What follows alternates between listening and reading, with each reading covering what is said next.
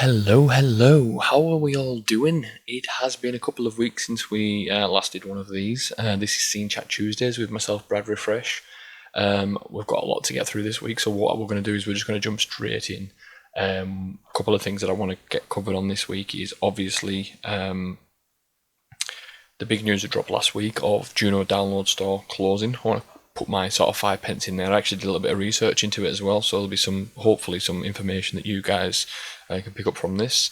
We've got some listener questions. We're going to have a little bit of a review about Pier On The Pier. Then we have some producer submissions of tracks.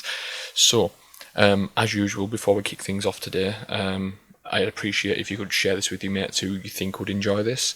And again, if you want to share it on socials and tag me in it, feel free to do so.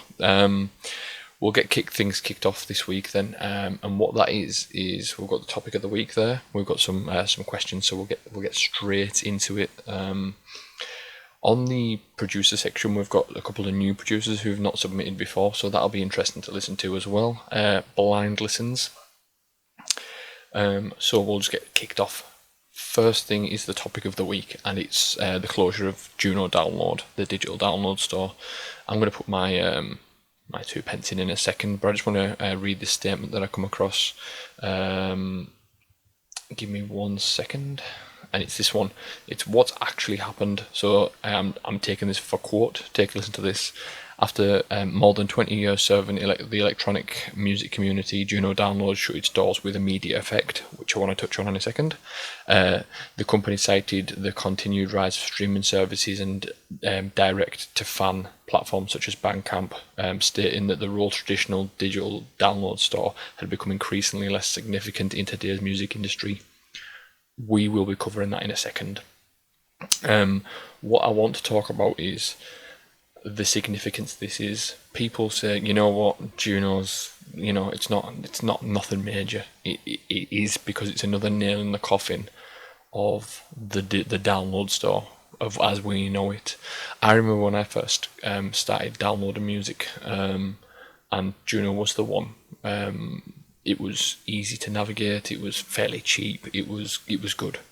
There was some good back catalogue stuff on there. But I will admit that it went a little bit dated. I started buying music in there about 2007, I'm going to say. It could be a little bit earlier, but I could be wrong.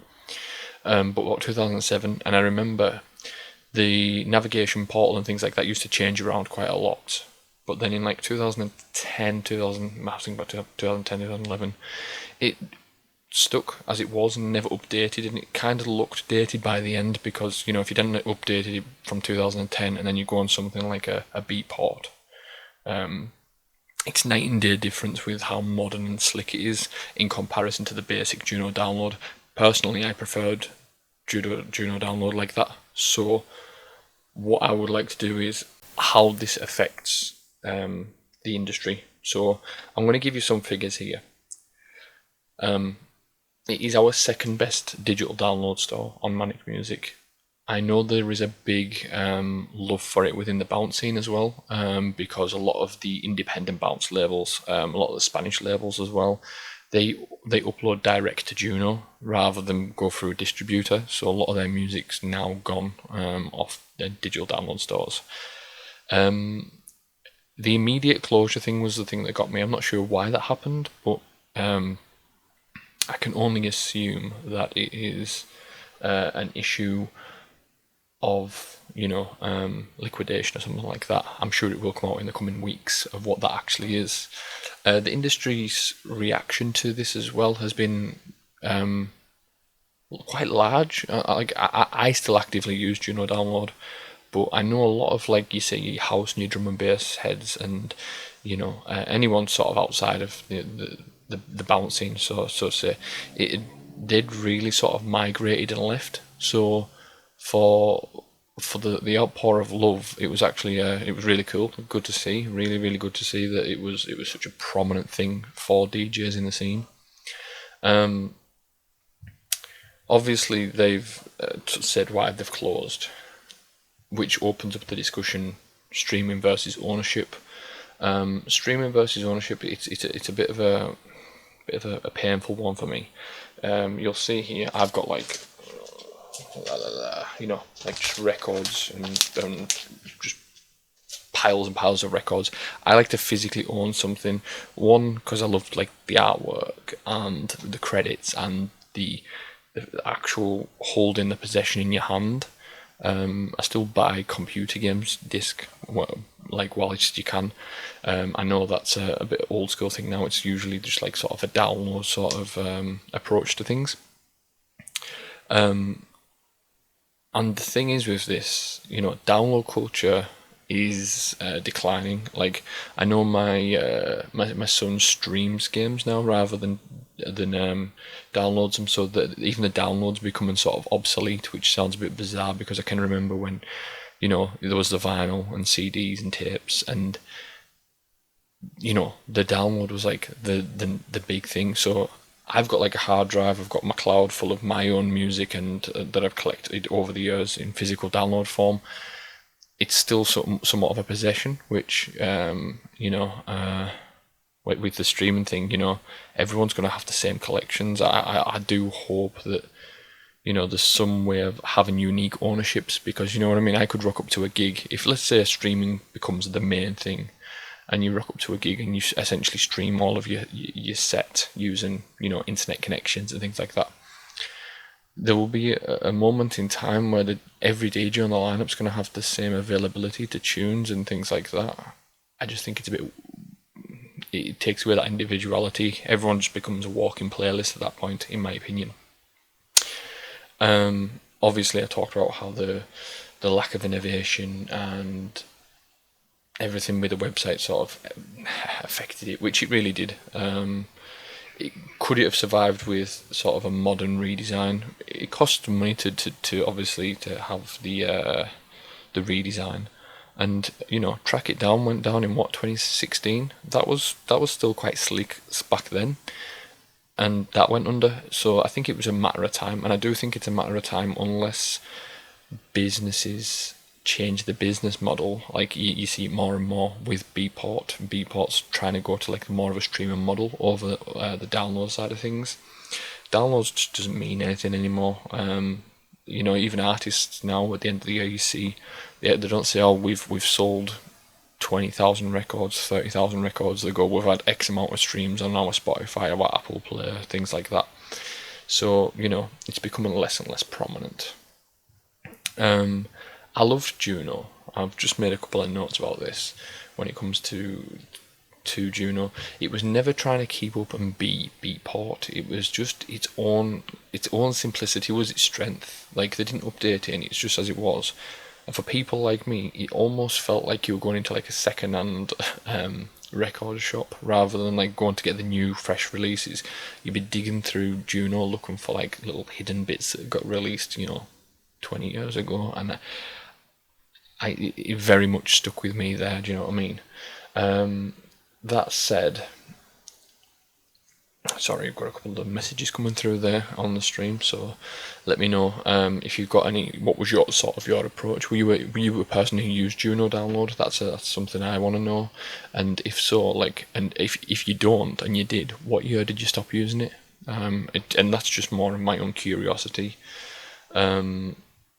It was really, really important within things like hard dance, bounce, hardcore, and other like sort of niche electronic underground scenes, because it was the role it had in bounce. For instance, I know 4 or 5 labels who used it exclusively, and I'm not going to bang this drum any more than it needs to, but now they're going to go and have to look for a distributor, because they were literally just using the Juno download LMS system that they had, which is So that's just a couple of my sort of memories to it, anyways. But there's definitely a gap there now in the huge side of things.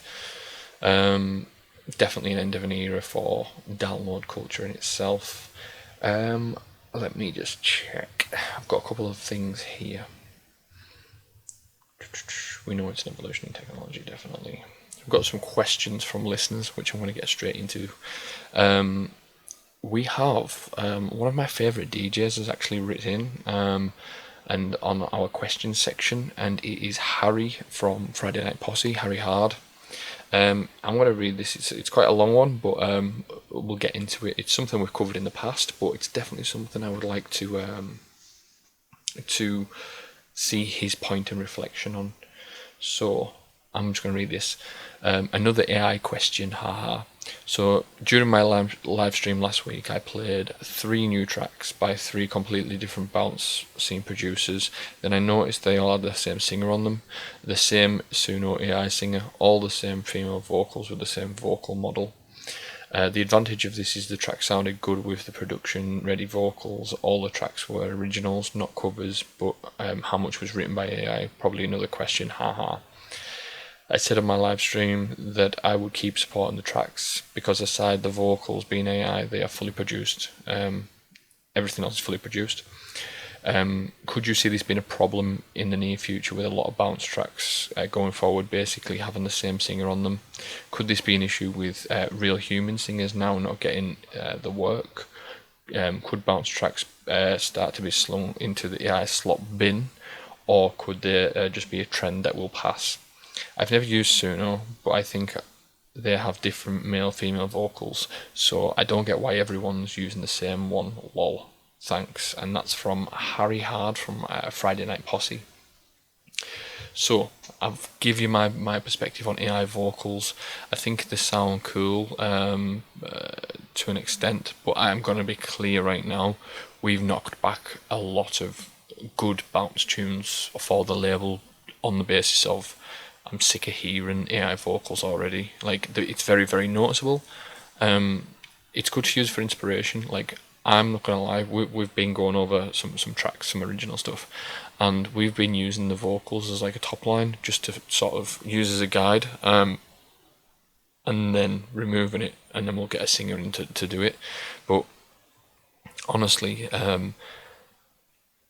it's like we get a few demos in, and it's like people sending in the same donk sample in each track. It was just, there's no point. Harry covered this pretty well here, and it's AI slop, and I don't disagree. I think it's going to be a trend for a small while, and people will get bored of it as they always do. Human singers are always going to be the way, I think. If you use AI vocals, I've got nothing against it, but I think it is damaging a little bit reputation wise, because you do then start to sound like everybody else. And like I say, innovation is key in being and having your own signature sound. Audience perception. Right now, I imagine the audience is enjoying it, and not many people will be picking up on it as a general listener, but it will start to click over time when you go, you know what, this girl's on every single record going, and I know the exact vocal that Harry's on about, like the exact vocalist sound.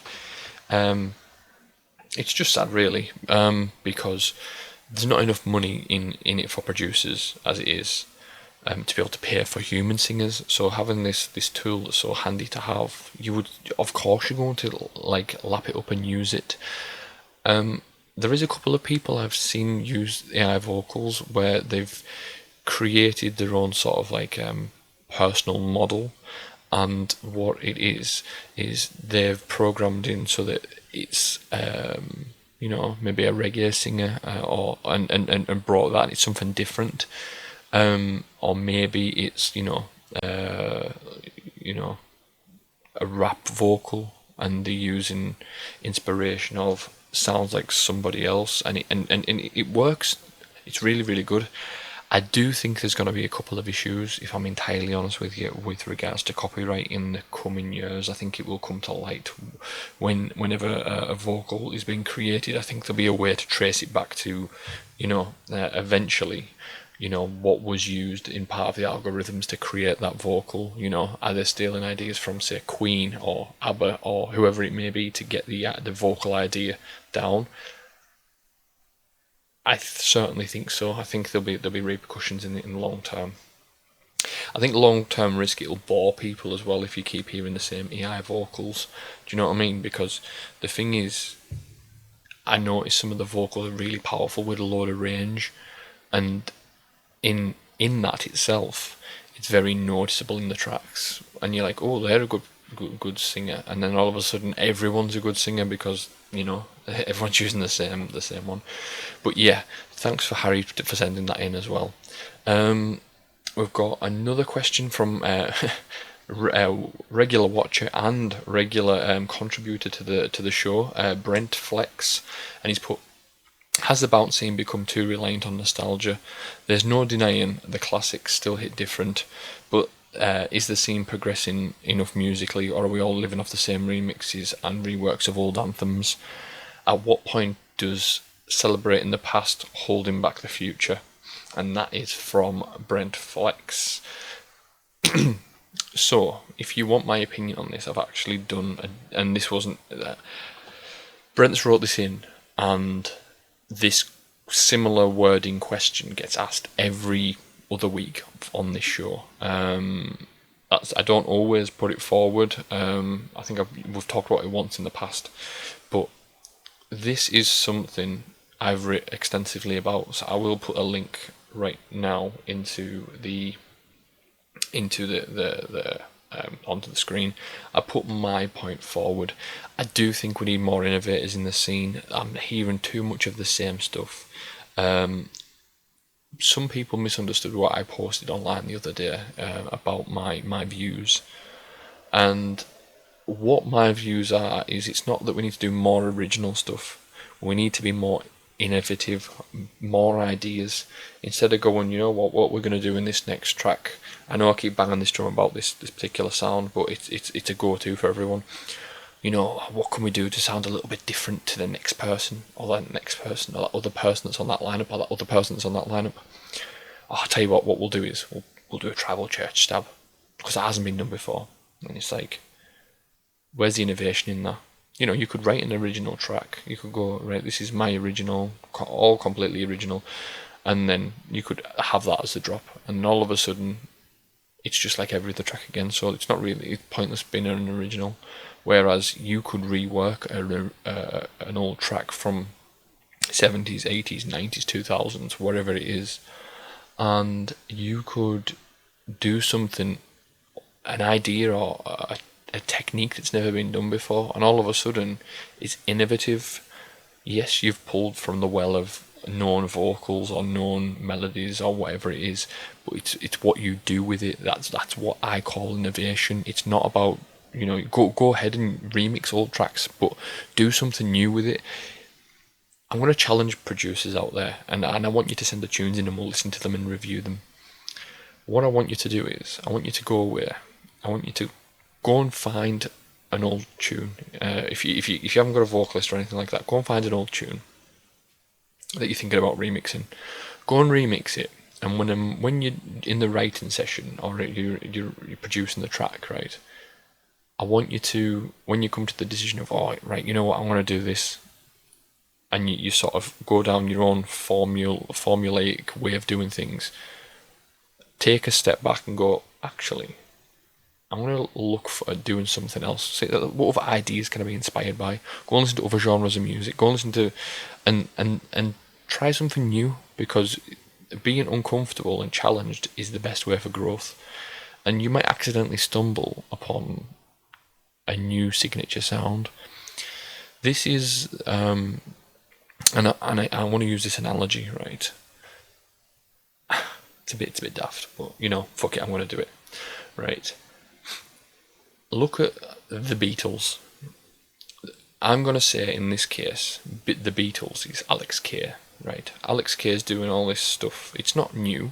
We've had guitar music before. Like with the Beatles, there was guitar music before the Beatles, there was guitar music after the Beatles, but what they were doing was quite innovative, and very innovative, and it's the way they used the guitars, the way they used the production, the way they used their studio albums were phenomenal and groundbreaking, right? We'll say that's Alex Kay. So Alex Kay comes along, and he's using all these sounds that we'd never heard before, these styles and taking inspiration from 90s tracks, but making it with something that made him different. Which you listen to his stuff now and it sounds, very much, like a generic donk track, but he was the person that made generic in this scene. He was the innovator, and then everybody copies. So bear in mind, I've said the Beatles is Alex K in this analogy, and then comes along your KB projects, your Bad Behaviours, your Fitzy and Rossi B's, right? I believe, and I can actually probably get a clip up of this from a podcast that I did with Ben from Bad Behaviour and from Fitzy and Ross when I did a podcast with them, and they all attribute their styles as from Alex K. They go, right, we listened to Alex K and we wanted to make that. And then that's when they were all innovative. You can spot a Bad Behaviour tune, you can spot a KB project tune, you can spot them tunes straight away when you hear them. But they'd taken from Alex and tried their own ways of doing things. There's a thing called a Fitzy and Rossi B riff, where and producers who will be listening to this will know exactly what I'm talking about, and it's a certain way they did it. But Alex K didn't write them riffs. It's just the way that they did it, and that become like a Fitzy and Ross riff. Bad Behaviour had their like signature sounds.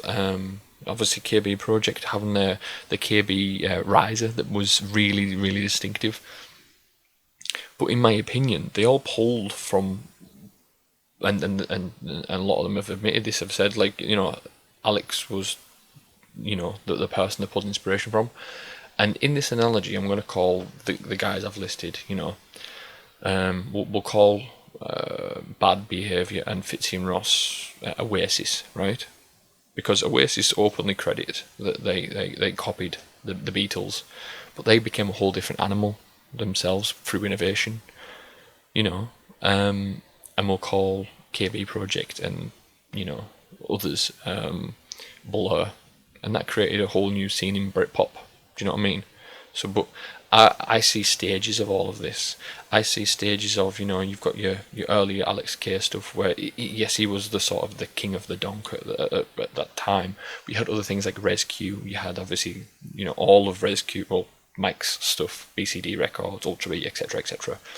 But the next generation was your Bad Behaviours, your Fitzy and Rossies and things like that. But then, this is where we got stuck, in my opinion.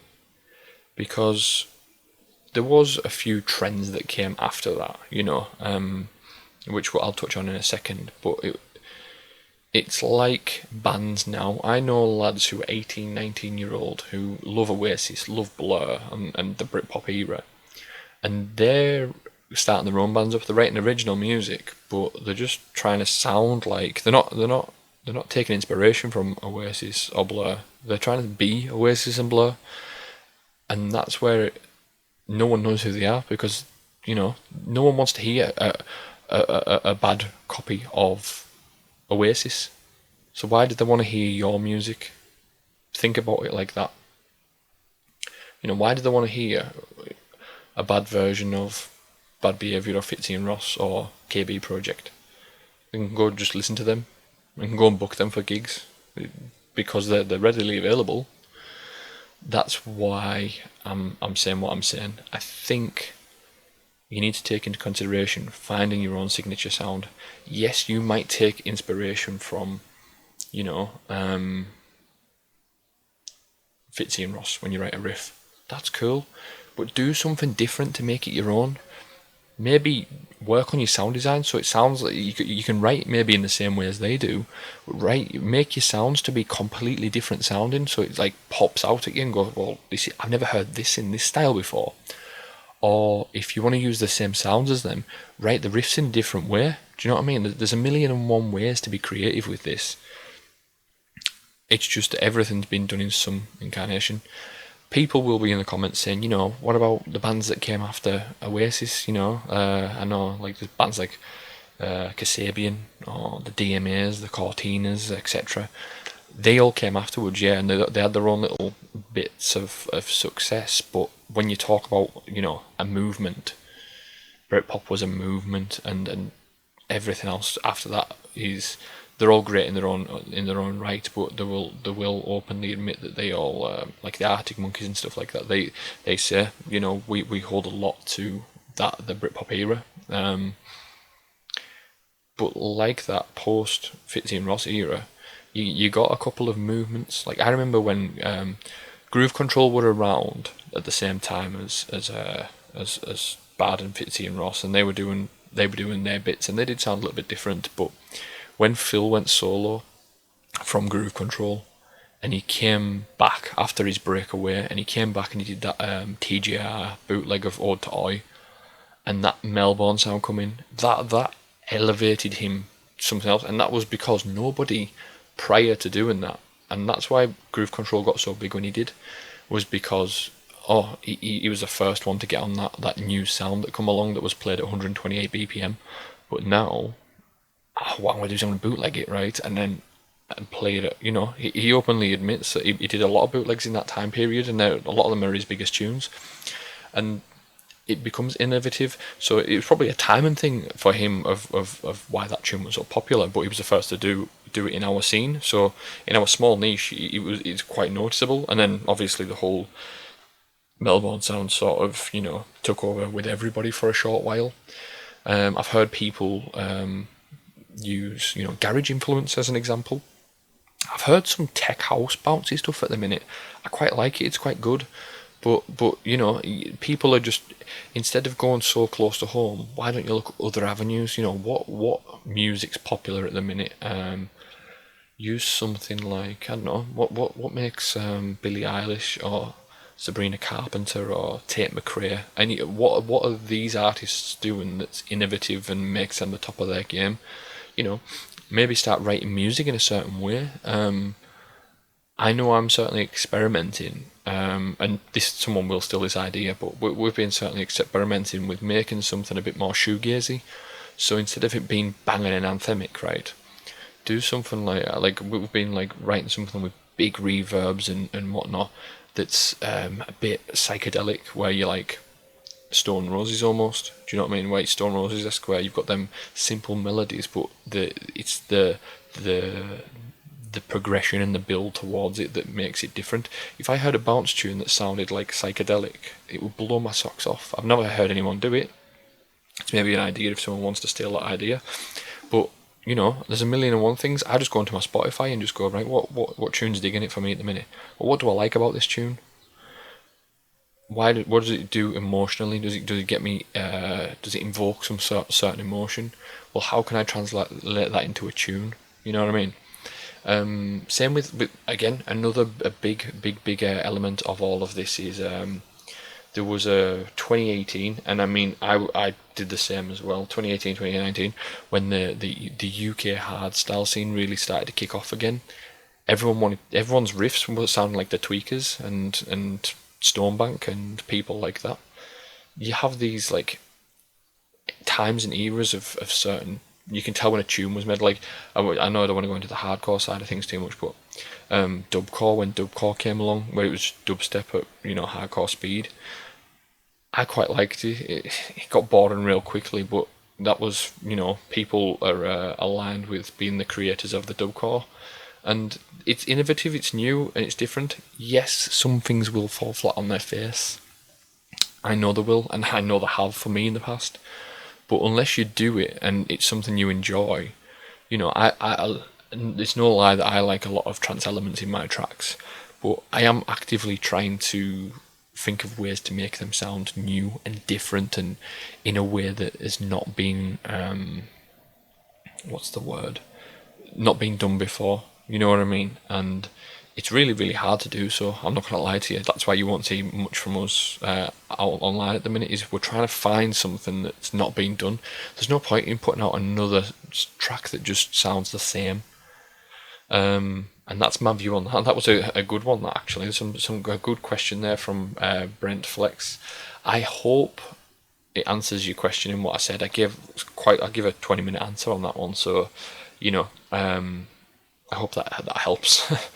Let me just, sorry, some comments coming in.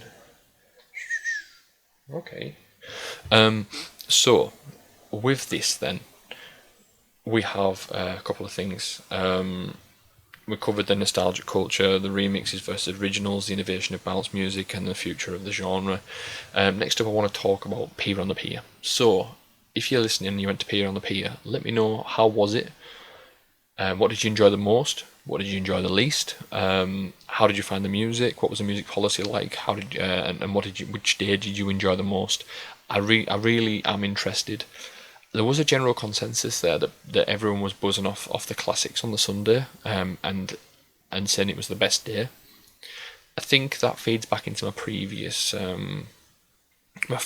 statement that I made of, people just, it's becoming a scene that's reliant heavily on nostalgia. There is some really good artists out there who is trying to do new things, but they just need that little extra push to give them their own sort of signature sounds. And once that's happened,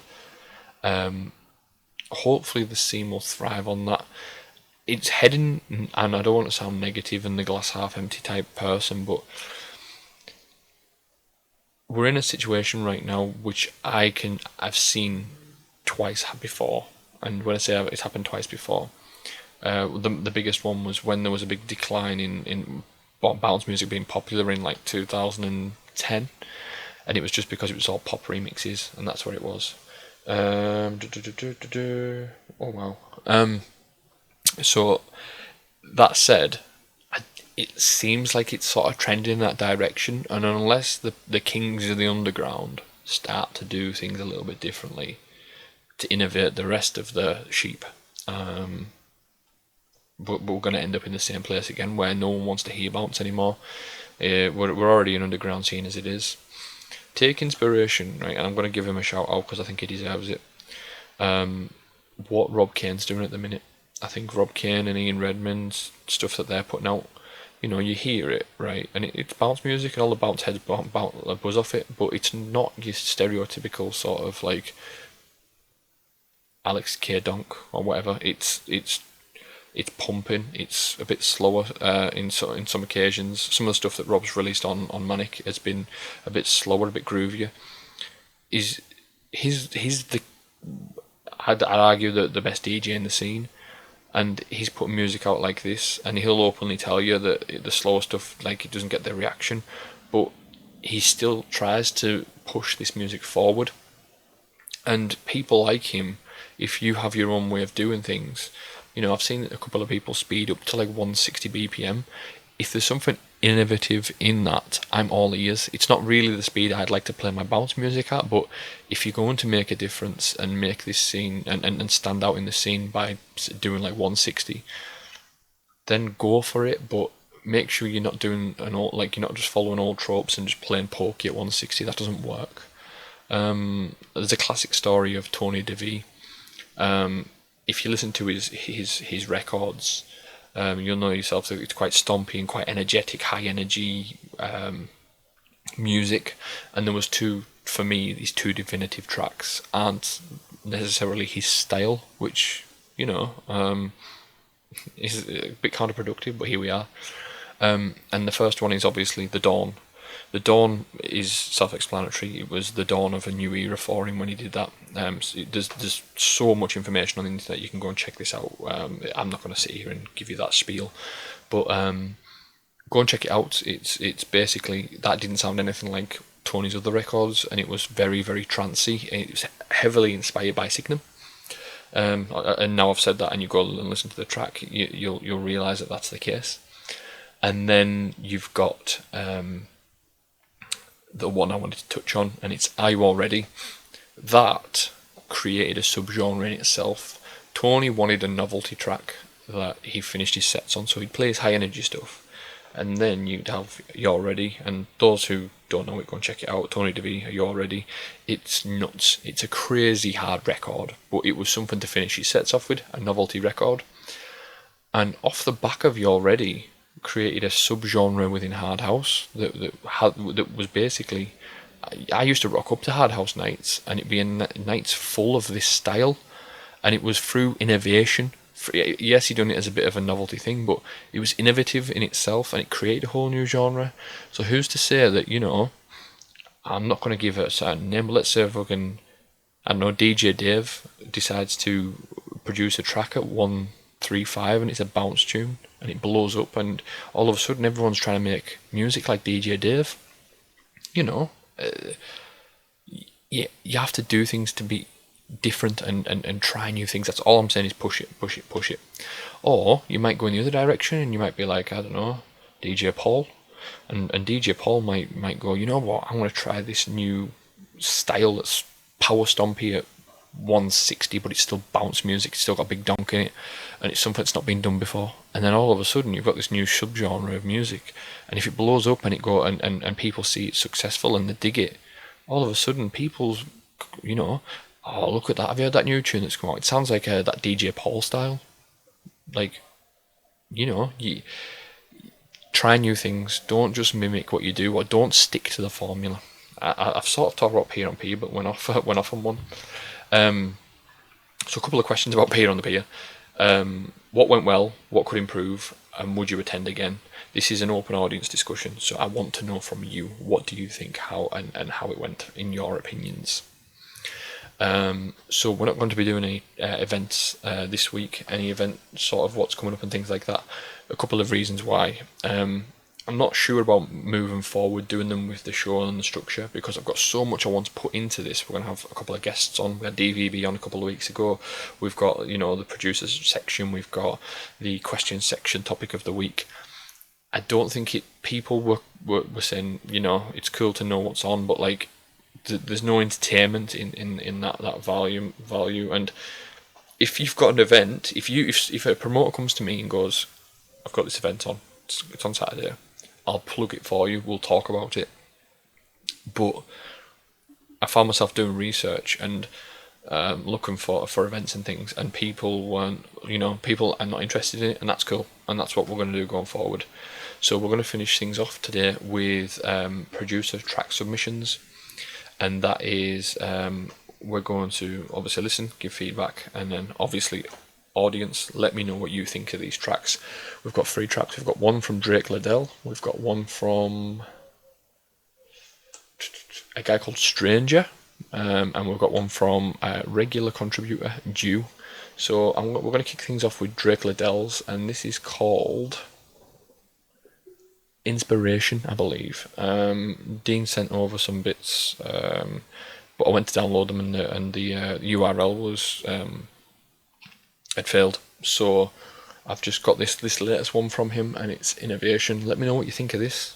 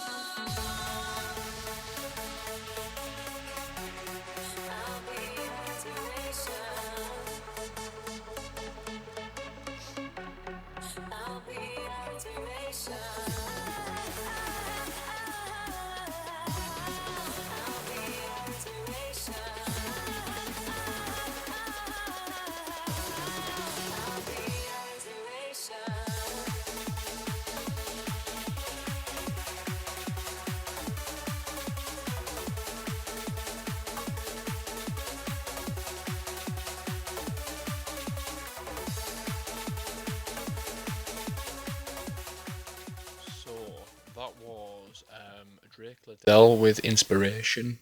Thank you for sending that in, Dean. I'm going to give you some feedback. So, if you've just listened to that there and you've got some feedback for Dean, obviously drop it in the comments. I'll make sure he sees it. I'll send over any feedback there is for him. So, a couple of things. Firstly, I want to give you feedback here. I'm going to give you a bit of a sandwich. So I'm going to give you an insult, compliment, insult, compliments. We'll mash it all together.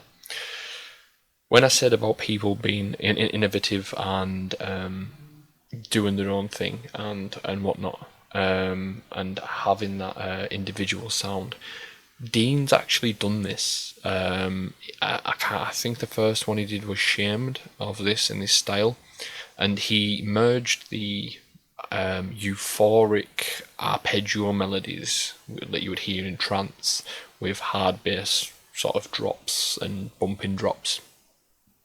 Is it me, and do I like it? Personally, no, I don't.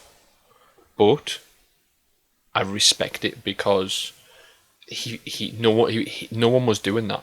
I've never heard anyone do that before him, and it's became a bit of his signature sound. He leans into it quite a lot. You just heard there with the trance breakdown. I thought the first breakdown was really good with that melody. I thought it sounded massive.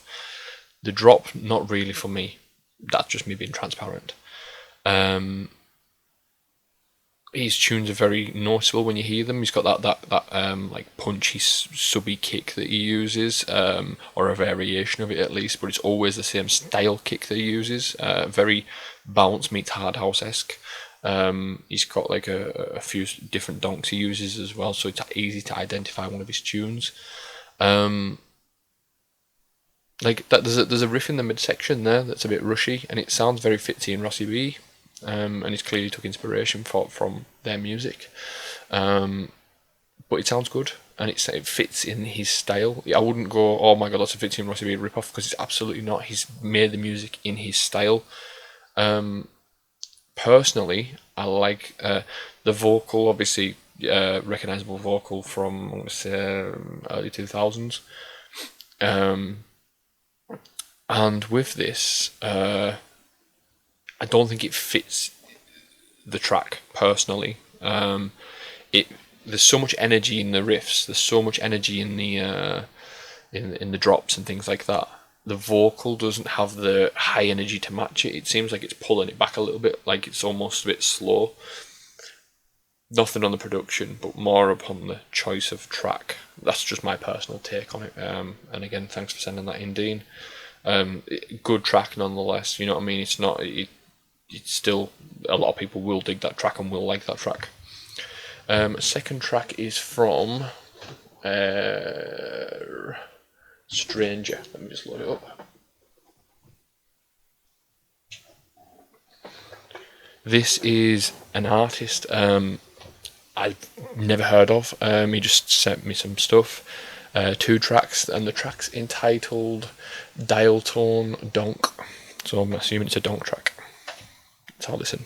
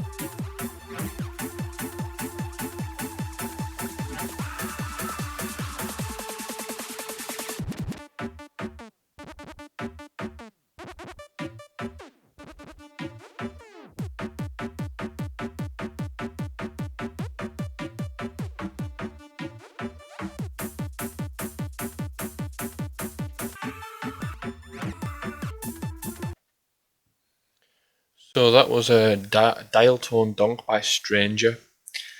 Caught me off guard that, but that was a blind listen, by the way. I was not expecting that.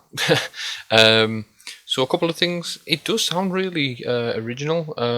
If I'm honest, I think there's some production work needing to be done on there, but I'll get into that in a second. So firstly, it sounds like if people were around in this era, you will absolutely remember it. I know Matt Lee used to do it, Gamma, Club Filler, all of that sort of crew used to have those squeaks and things within their tracks. If you listen to this, I very much thought, oh well, that sounds like a lot like Matt Lee.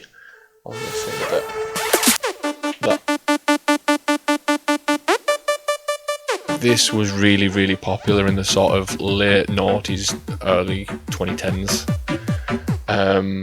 The donk here, I think there's a lot going on there. It's really, really rushy. I think there will be an audience for this, albeit niche. It's very niche sounding. It's almost bouncy-esque. I know like Greenies sound a lot similar to that, where it's like stripped back, kick, couple of percussion, bass, and things like that. I think there's definitely a market for it. In this case, production-wise, I do think it needs a bit of work, mind. There seems to be, I heard some of the snares were quite rumbly in the low end. The kick and bass could do with some balancing off there. I think it was punching through on both kick and bass fine, but I think there was a little bit of low end missing there in comparison to in the bass in comparison to the kick. The kick sounded really heavy, whereas the bass sounded, it sounded a bit almost mid-rangey. And as well, there's a lot going on. I would utilise time and space in your track. When I say time and space, I mean things like side chaining, things like frequency carving in your EQ. I don't want to get too deep into this, but if there's a lot going on in your mid-range, right? If it there's a few riffs there that were very centralised riffs, and there was some effects and things like that which was a bit wider. If you just work on giving them their own space in the mix, that could potentially be a big bouncy tune. Not really my cup of tea, but certainly there is definitely a market for it. I would like you to send me the finished product when it's done, and we'll review it again on here. But I just want to say thank you for sending that in. That's Stranger. And the last track for today, we have Juno with a track called Never Forget You. It's a trancer, I believe. Again, blind listen on this one, so it might not even be trance.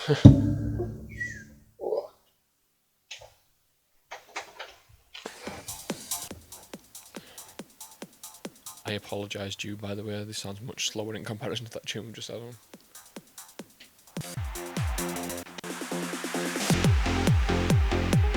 See, straight away, and I don't mean to compare one person against the other, but listen to the low end and kick relationship in comparison to the last track.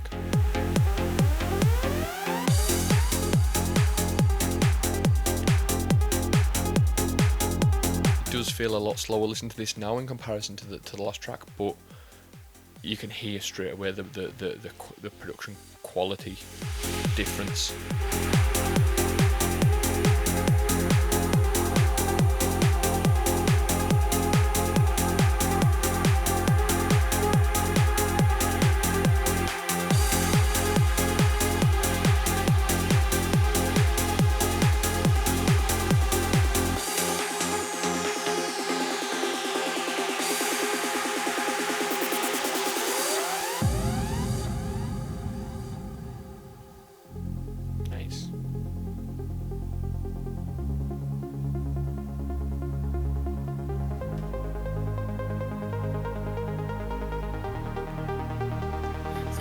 Person in heaven, I still say your name at the edge of my morning.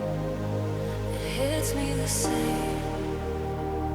I carry your laugh with me like a light in my chest, and I place it there gently, so it never forgets. No matter how the years go by, keep your shape inside my head.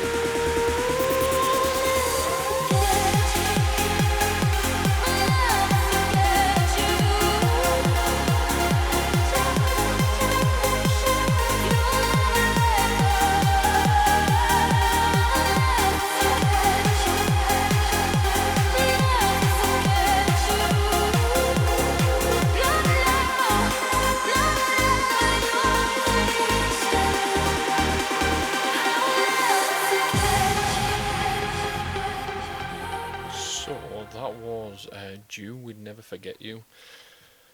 Couple of decisions that was made in the production of that track that I admire. Actually, by the way, fantastic track, fantastic. Is it a club track? I'm going to probably say no. For me personally, I think about 70% of the track was in breakdowns and build-ups and things like that. I think he had like a 16 bar thing and they went straight into the breakdown again. This isn't me complaining, by the way. I think he did a fantastic job of doing those breakdowns. It sounds so lush and full and wide. Really, really, really good track. It's like, I think I referred to it earlier, but like it's like me listening to Stone Roses. Like I listened to them in the car, and I'd just be in awe of wow, the mix on this sounds amazing.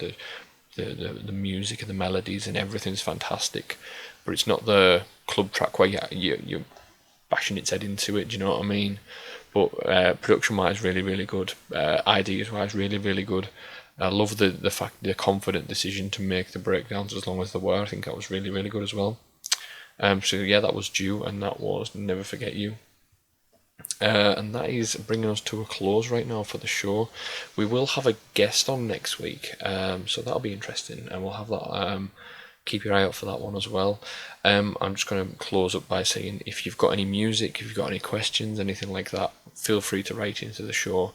It's manicmusichq at hotmail.com, or just drop me a message on socials. I want to say thank you if you're this far into the show, and I hope you've enjoyed it, and I will see you again next week.